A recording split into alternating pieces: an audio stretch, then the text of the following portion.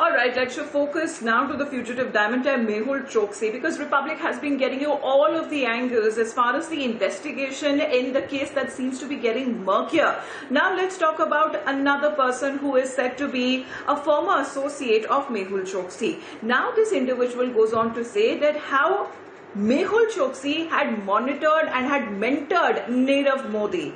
Also, how the entire business of Mehul Choksi was set up through his sister companies as well. Here's a detailed account where Yesha, my colleague, spoke to this former associate of Mehul Choksi.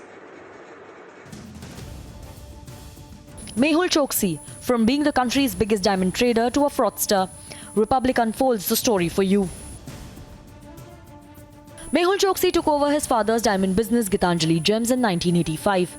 With the dream of making Gitanjali Gems the world's largest luxury player in diamond jewellery, Mehul Choksi worked towards expansion of his firm.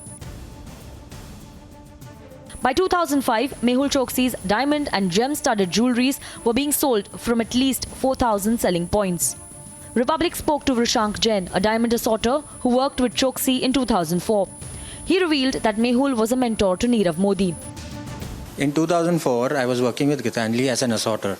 So while doing this, goods, diamonds used to come in, we used to assort it into different grades and send it back to the back offices. So this work was going on continuously and it was going at a very good pace. Like we didn't have the time to even eat food at those times. Being at those times, I guess Gitanjali was from the top 3 diamond companies at that time. Their sales were going sky high, their clientele was growing like crazy, and the company was doing extremely well at those days.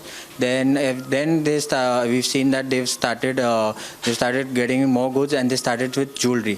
As soon as they started with jewelry, they created a brand and they started selling jewelry. That was also doing well on paper, I guess, and people were very happy with the company. And we've even seen Nirav Modi working under Mr. Mehul Choksi. At those times, he used to come in, he used to sit with him, he used to learn how to do the work. So, and all these things we've seen, and the business was going too good at that time. Choksi launched the first Gitanjali store in South Mumbai Hughes Road, which was an instant success.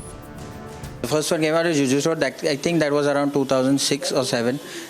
They had a good start. They had a good opening also. We had good celebrities coming in for that, and they had a very good and wide range of products also. And we had seen a lot of products getting off the shelf very easily also. So I think they had a good start with the brand. Jain revealed Choksi transferred and routed money from one sister company's account to another account for profiteering. So later on, we'd noticed that they were selling goods to their sister concern companies, where they used to sell it to them, and those sister concerns would sell to another sister company. So goods were being sold from one country to another in the same companies, and because of this, they were discounting their bills, which the bank would have discounted and give them loans. So for one product, they were getting loans in 6 to 7 countries. In a diamond business, if you send goods to another country, to another firm, so you sell it, you get a BL for it. That BL you can discount with the bank. So when you discount it, you get the money before the seller is paying.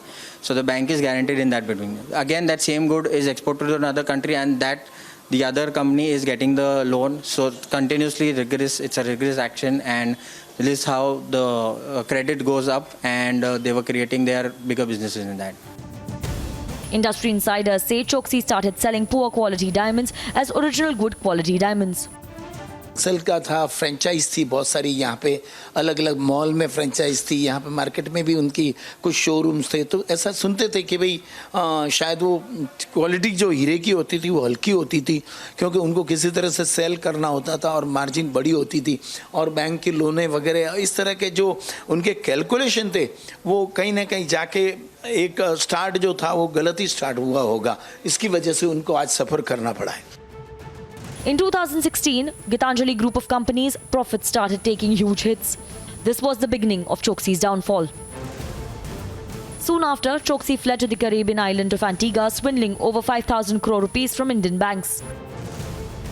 While Choksi continued to lead a lavish lifestyle in Antigua, thousands of Gitanjali employees were stripped of a livelihood. With the Indian government stepping up its efforts to bring back Choksi, justice will soon be served to these innocent employees. Bureau Report, Republic TV.